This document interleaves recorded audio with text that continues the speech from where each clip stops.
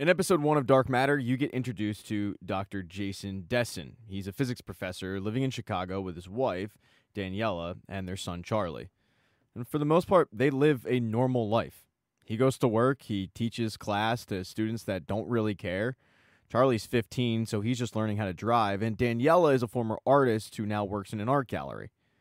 For the most part, their life is boring, yet it's everything he wants. While Charlie's driving to school and Jason's in the passenger seat, Jason gets a phone call from his buddy Ryan. They're old college buddies, and Ryan's got great news. He won a prestigious award called the Pavia. With it comes $1 million, grant money. It is a massive deal in the field. And while Jason is thrilled for his buddy, he's also a little jealous. You can see it on his face, because he thought he probably could have won the Pavia award. And even Ryan admits it should have went to you, but what Ryan wants to do is celebrate that night, and he wants his buddy there with him. Jason's got to get this whole Pavia award thing off his brain because after dropping Charlie off at school, he needs to get to class.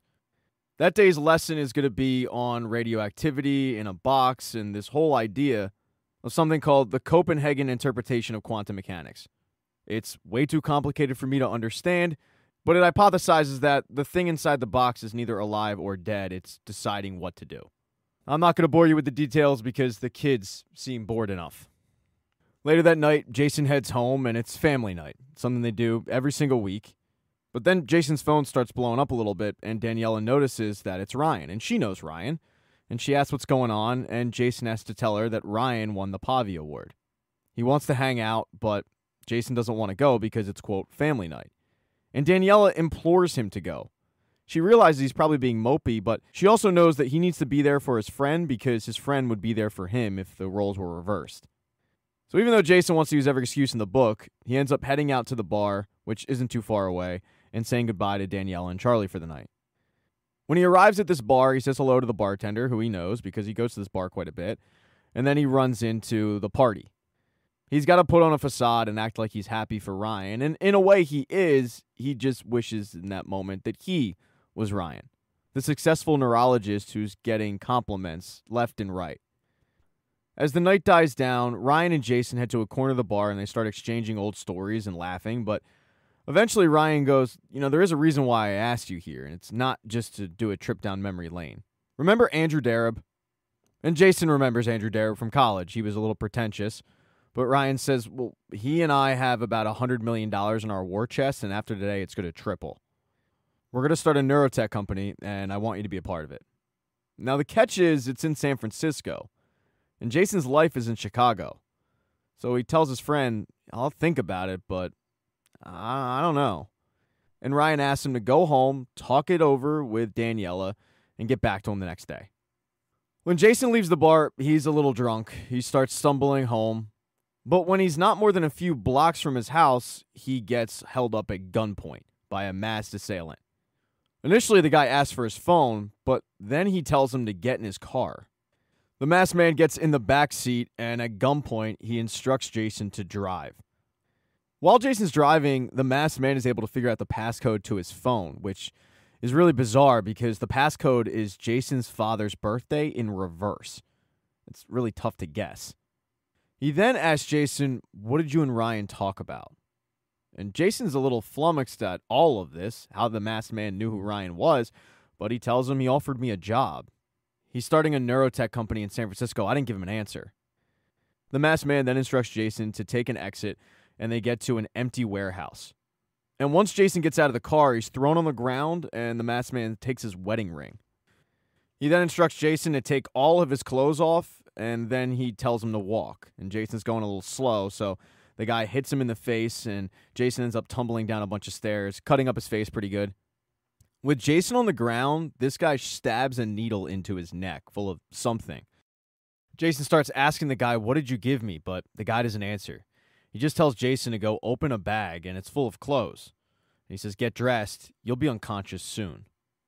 Jason does as he's told, and he does start losing consciousness. But he's also asking the guy questions that the guy's not answering. He's literally just sitting there waiting for Jason to lose all consciousness. And while he's waiting, he opens up this little tiny device. It actually looks like a Nintendo DS in a way. And when Jason asks him, what is that? The guy just tells him it's a possibility. Jason's a few seconds away from losing all consciousness, and that's when the masked man walks up to him and asks, "Are you happy with your life? Or have you ever wondered what else could have been?" And Jason says, "I sometimes wonder." And the guy tells him, "Good. Hold on to that. You're going to be scared, but you can make it yours. And you can have everything that you missed out on. I am sorry, but I'm doing this for us." And Jason asks him, "Who are you?" But the guy tells him, "You wouldn't believe me if I told you." Jason passes out, and the next thing he knows, he's being woken up by a bunch of doctors. And he asks, "Where am I? I want to go home." But the doctors tell him, "You are home." They start putting him through a quarantine process. They put clothes on him he doesn't recognize. They put him in a room he doesn't recognize. Jason is so confused at everything. Eventually, a woman walks in, and she looks very relieved to see Jason. She gives him a hug. She's happy he's back. But the thing is, Jason doesn't recognize her. And it's clear to Jason that this woman thinks she knows him, but he doesn't know who she is. Amanda, realizing that he doesn't know who she is, introduces herself and says that they'll figure this out, but the good news is he's been all cleared from quarantine. Jason's even more confused than he already was, so Amanda takes him to one of her colleagues. It's a guy named Leighton Vance, and Jason actually does recognize Leighton Vance, but he hasn't seen him in years. When Jason asks Leighton, "What is this?" Leighton just tells him it's your triumph. And then they start going through a debriefing process that's recorded. Amanda starts off by identifying all parties involved in the video. She's Amanda Lucas, she's the lab psychiatrist. Leighton Vance is the CEO, and then there's Jason. He's the chief science officer and the co-founder of this company that he doesn't even recognize. And that's when the glass gets really clear because everybody has shown back up to welcome Jason back. Jason coming back to this area is a big deal for a lot of people. Everybody, it seems like, except Jason, who's very confused at all of this. Leighton informs Jason that the reason why everyone's here is because he's the only one who's returned so far. And then he asks him, "Do you have any sense of how long you were gone?"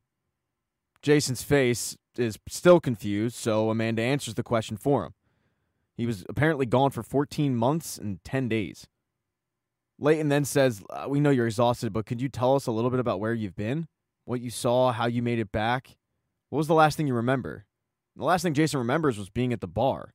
And he starts reiterating this to Amanda and Leighton.